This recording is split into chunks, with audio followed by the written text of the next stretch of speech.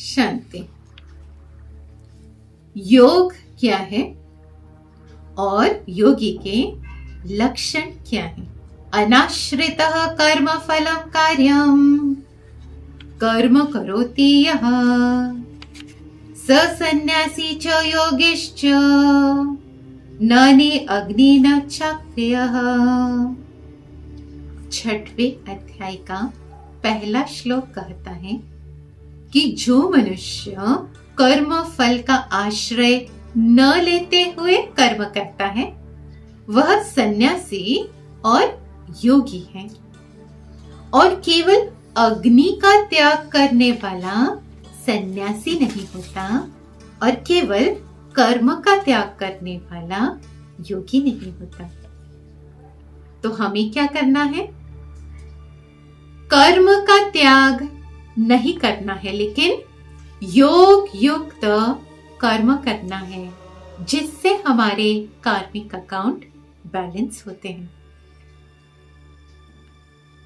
यम संन्यासमिति प्राहुर्योगम तम विद्धि पांडव न हि असन्न्यस्तकल्पो योगी भवति कश्चन।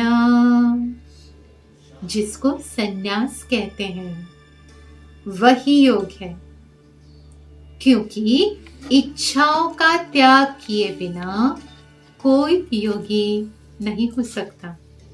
तो हमें इच्छाओं का त्याग करके कर्म करना है। पतंजलि योग सूत्र के अनुसार योग की परिभाषा क्या है? योगश्चित्त वृत्ति निरोधः।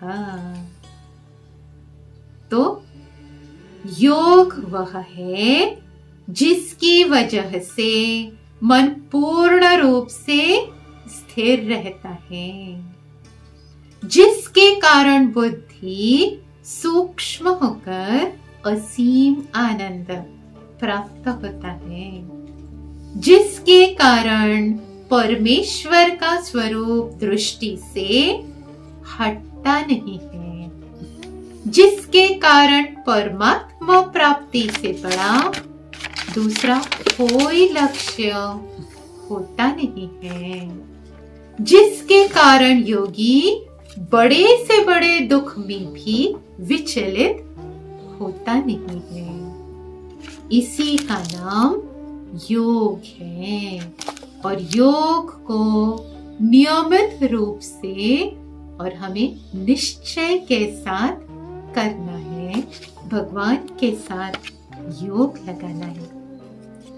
श्रीमद् भगवद गीता के हर अध्याय के अंत में योग शास्त्र यह शब्द इसका प्रयोग हुआ है।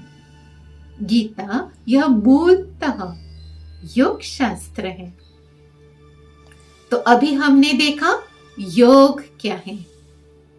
अब हम यह देखेंगे कि योगी के लक्षण क्या है। योगी वह है जो मुझ भगवान को अनन्य भाव से याद करता है, जो मुझ भगवान से प्यार करता है, जो मेरे मत पर यानी श्रीमत पर चलता है, जो निरंतर चित्त मुझ में लगाता है, जो मेरी सेवा में अर्पित रहता है, जो मेरा ज्ञान देता है, जो कर्म फल का आश्रय नहीं लेता है। छठवें अध्याय का 45वां श्लोक क्या कहता है?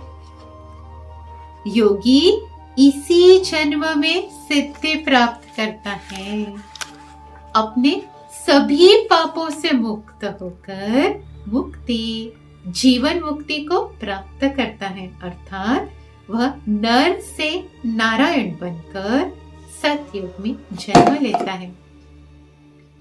छठे अध्याय का 46वां श्लोक कहता है, योगी तपस्वी से और ज्ञानियों से और कर्मयोगियों से श्रेष्ठ होता है।